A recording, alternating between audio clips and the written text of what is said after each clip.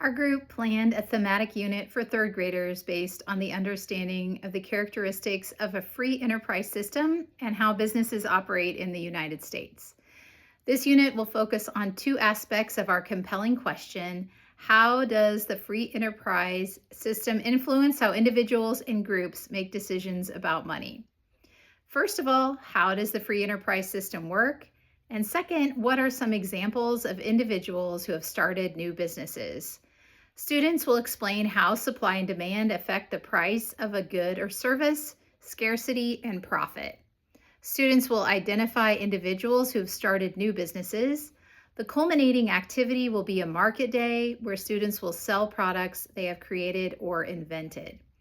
We chose standards that covered the fact that choices have consequences, which is standard 1, as well as standard 4, societies experience continuity and change over time.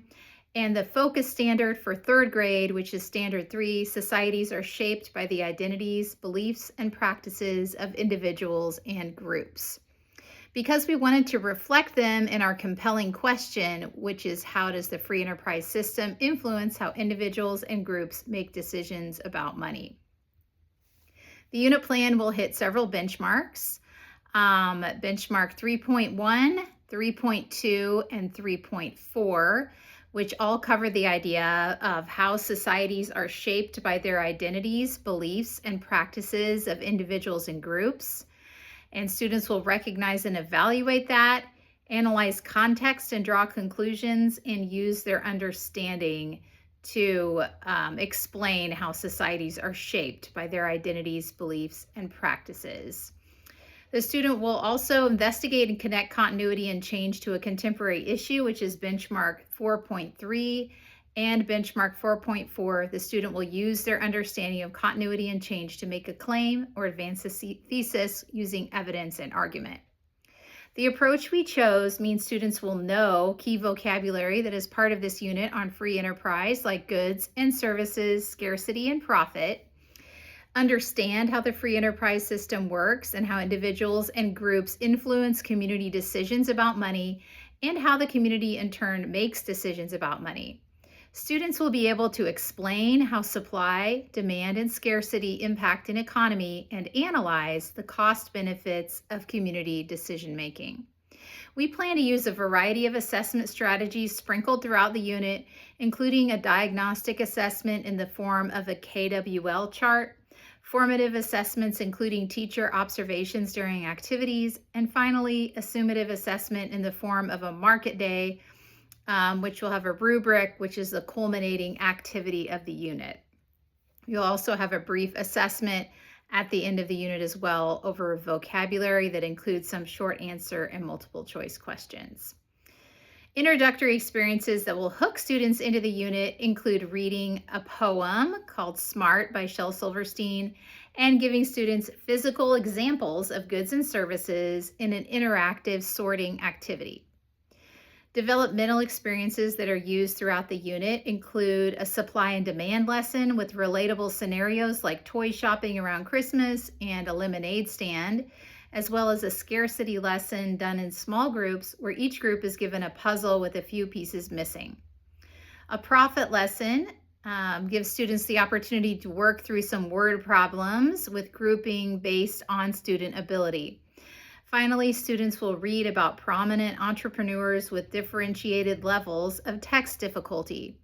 Reading about historical figures like Henry Ford and Mary Kay Ash provides students with a real-world connection to the way that a good or service can impact society. For the final project of the unit, students use their imagination to come up with their own business plan. They will establish a company in the community of their choice, create a good or a service to sell, and develop a business plan. Students research, design, and create a storefront for their business where they will launch their product at a classroom market day where students will demonstrate what they've learned. Finally, as I mentioned, the unit will conclude with a brief assessment of vocabulary, facts, and short answer questions on economic concepts that are tied back to the standards. The lesson plan that we chose to cover is the introductory lesson, which begins with the teacher showing a variety of coins on 2 plates. One plate has more coins but less monetary value. The other plate has fewer coins but greater monetary value. Students are asked which plate they would choose. Does having more coins mean you have more money? Then the teacher reads out loud the poem Smart by Shel Silverstein. Then she can visually demonstrate with real money or with classroom manipulatives the trading of one currency for the other as she reads the poem. Then she can follow up with some open-ended questions to discuss the concepts in the poem with the class. Students partner up for a think, pair, and share to discuss the relationship between value and quantity. After this opening activity, the teacher provides the students with a graphic organizer with space to write down different examples of wants and needs. The teacher leads a class in a discussion about the difference between wants and needs and has the students write down examples in the spaces on their organizer. Following that, the teacher also talks about the difference between goods and services and asks the students for examples of each. They write down some examples of each. Using guided notes along with the graphic organizer, the teacher can align this to different ability levels. Going over vocabulary, giving examples, helps students to know the vocabulary associated with free enterprise. After this discussion, students play a game to explore these ideas and help them to understand the free enterprise system. Students play a card game with their table partner and take turns recognizing the value of coins and how the quantity of coins and the value of the coins differs. We chose developmentally appropriate strategies to help students to do the lesson and practice applying value and quantity on their own. Graphic organizers and guided notes provide students with age-level appropriate scaffolding, reducing the cognitive load of organizing materials so that students can focus on assimilating information and acquiring new vocabulary. Also, using concrete manipulatives like actual coins or play money allows students to visualize and interact with different monetary values and associate abstract values to concrete objects.